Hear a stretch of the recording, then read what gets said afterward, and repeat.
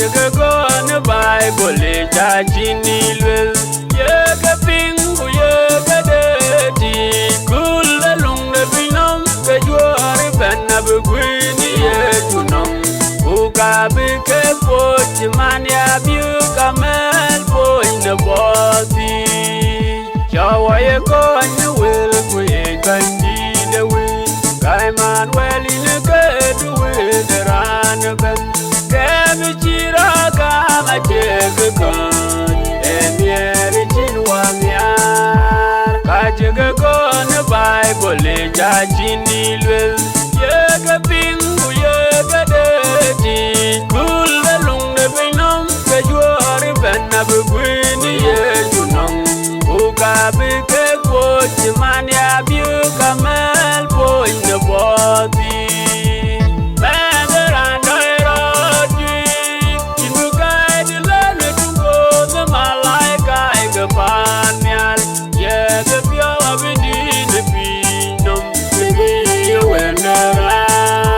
Kajiga kona Bible chachini lwel Yega pingu yega dedi Kula lungde binom Kajuari bena bugwini yejunom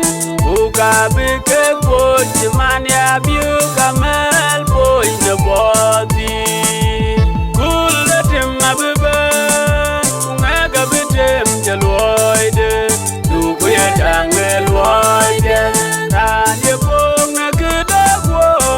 Abeloide kule tim na maji Kuranye pong na kidajong dit Abepira zedelo Kajiga kona Bible chachini lwel Yega pingu yega dedi Kula lungde binom Kajuari bena bugwini yejunom Ukabi ke kwochi mani abiu kamel boi na boti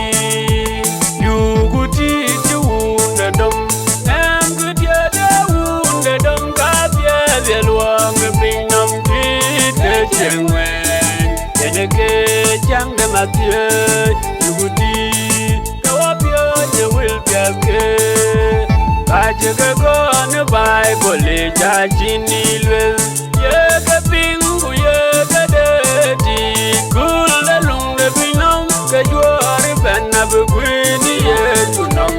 Ukabi ke kwochi mani abiu kamel boi na boti